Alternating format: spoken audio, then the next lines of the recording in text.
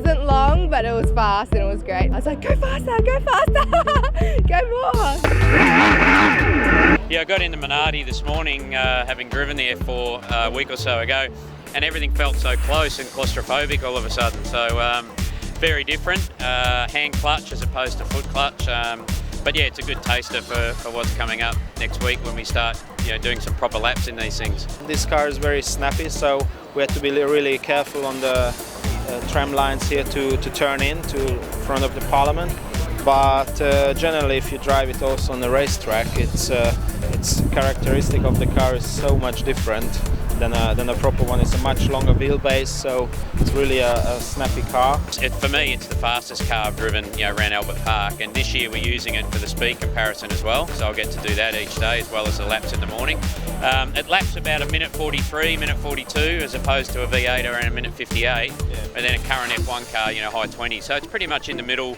It's a fair bit quicker than a supercar, but obviously not at the current F1 spec. And of course, safety is paramount, having a passenger in the back. So, it rates up there for me. It's a real buzz every year.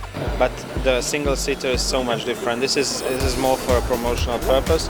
But if it's set it up right, you can do some nice GP2 laps, Formula 3000 laps on the racetrack. So it can be exciting for a driver. We've got the wets on it this morning to give it a bit more ground clearance to go over tram tracks, which is not normal. When we drive the car, we run on the GP2 tyre, so it's from Pirelli, and we run the super soft compound. Because you're doing a lot of stop-starts, you need it to hold temperature.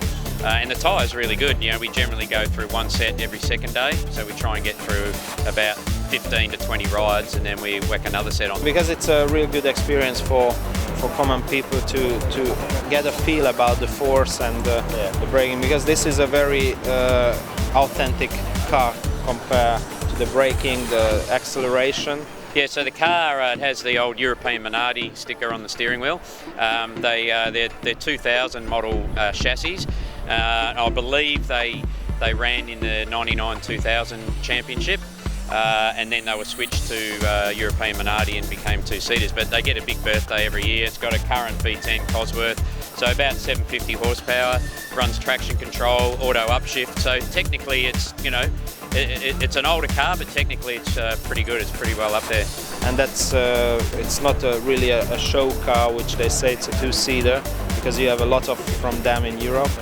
But this one is really give you a feeling about the braking force, the G's, what you get as a driver in a car. So I think, with the 20th year of the Australian Grand Prix, I was fortunate to run it in '96 at the very first one in one of the support events.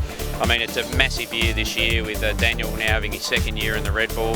So, and today is all about just getting the atmosphere. Formula One's now officially rolled into town, so we can't wait for next week.